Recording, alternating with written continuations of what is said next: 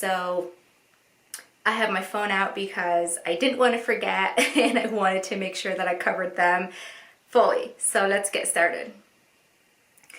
Number one.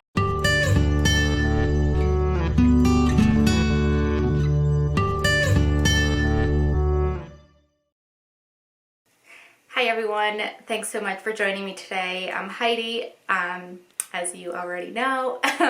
Today I just wanted to touch base and give you guys 5 easy, like beginner, or if you're thinking about starting to resell tips that you probably think you need, but you really don't. And I can tell you this by experience. I've been doing this for almost 2 years on and off. I'm a stay-at-home mom, so I do this usually when my kids are napping. That has really been my little hustle while being able to stay at home. So I have my phone out because I didn't want to forget and I wanted to make sure that I covered them fully. So let's get started. Number one, when I first started, I 1000% thought that I needed a really fancy setup, that I needed like a light system, a ring light or box lights, and you 1000% do not need to spend money on lighting.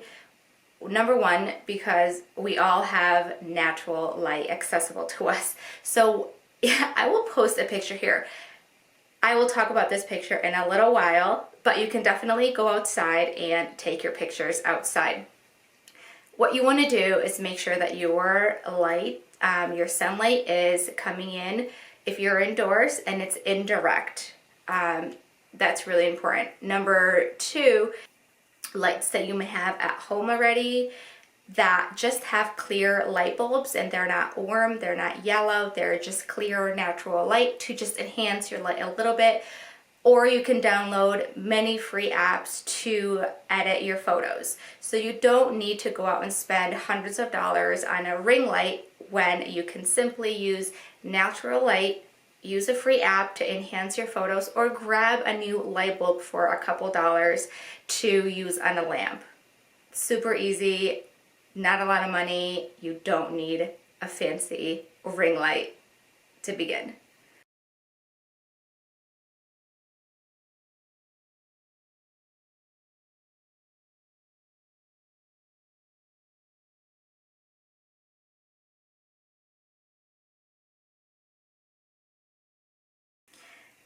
Number two is that you don't need a fancy backdrop, and this kind of goes with the ring situation, the ring light. And I keep saying ring light because I have my ring light right behind me, and I bought it maybe like I don't know, a year ago, so I didn't buy it right away. But anyway, you don't need a fancy backdrop. When I thought everyone on Poshmark needed like a fuzzy rug to take their pictures on, you don't. You want to stand out. You want to be a little different. So many people are so successful by just hanging a command hook on their wall and hanging their clothing on a hanger and taking their pictures on a white wall. There is absolutely nothing wrong with that. And there's a deer running across my backyard. There's nothing wrong with that. And I started by taking pictures actually in my dining room, and I would hang my hanger on my curtain rod. And you can see here, it wasn't the prettiest, but it was easy. It was what I had. It was a solid background, and the item still sold. So you don't need to spend money on a fancy backdrop. I've also done is I had plywood lying around the house. I bought a can of white spray paint and I spray painted that. And you can see that it was a really, in my personal opinion, it was a really nice backdrop, and I used it mostly for shoes, accessories, and small tops. It works. What I've also done is taken extra kitchen tile that we had on the house and I flipped it over and used it as a backdrop for my shoes, as you can see here. So there are so many ways that you can photograph your items that is unique to you and to your style while not spending money. Just look around your house. You'll find something. You'll have a blank or an empty wall. If not, use a curtain. So many people also hang up a sheet. That works really well too.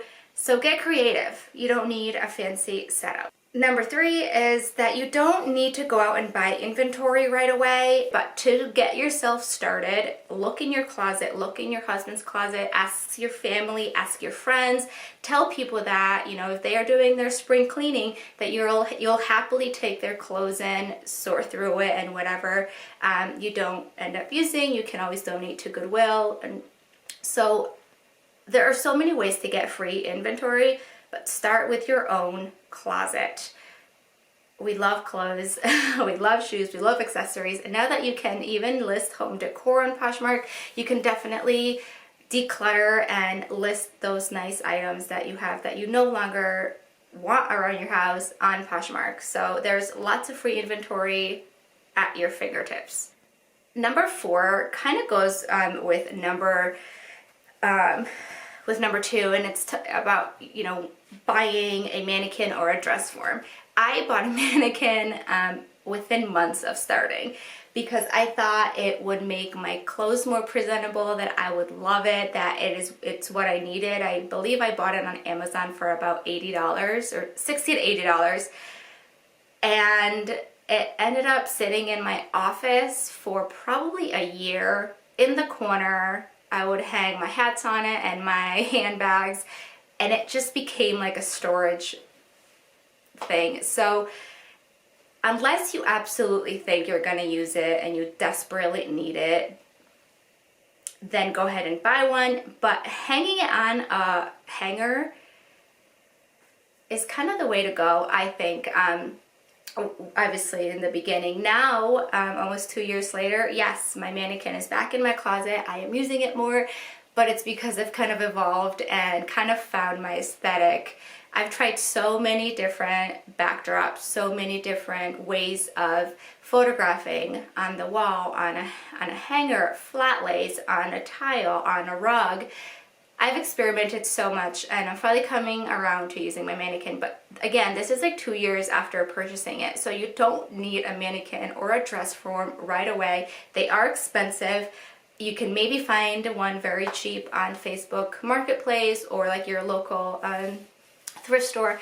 But yeah, don't go out and buy one. Taking pictures on a hanger or laying it flat on something is perfectly fine. My 5th tip for you is to not spend money on shipping supplies. You don't need the fancy poly mailers. Yes, they are really nice, but they cost money. You don't need to buy bubble wrap and packing paper or even tape for that matter. You can go to USPS.com. I'm going to leave the link in the description box where you can order free shipping supplies, free boxes, many different sizes, free envelopes, padded envelopes. And when you go into your post office, you can ask them for a roll of tape. They don't typically, at least in mine, they don't keep the tape out. Yes, it's free, but they don't keep it out. You can ask them and they'll happily give you a roll if they have one. I haven't spent money on tape in such a long time because when I'm running low, I just ask them and they always are willing to give me a roll. You can go into the post office and pick up the boxes, or you can order them online, like I said, for free delivery to your door. I haven't spent money on boxes. Yes, I've started to spend money on poly mailers because I think they're cute and I want to send my items in something that matches my aesthetic. But you don't need to spend money on those items. They are 100% free. Click the link down below and you can order your boxes delivered right to your door. That's it. Those are my quick little 5 tips. If you're thinking about reselling, if this is something that you want to eventually do for fun or a side business, don't spend money that you don't have already. If you've started selling and you have a little bit of income, then you can go ahead and obviously spend it as you wish or on whatever you want. But my biggest thing is that I wouldn't spend money that you don't have. Source from your closet, source from your house, order free shipping supplies. It's pretty easy. I hope you guys learned something. Thank you so much for watching. As always, I really, really appreciate your support, and we'll see you guys very soon. Bye.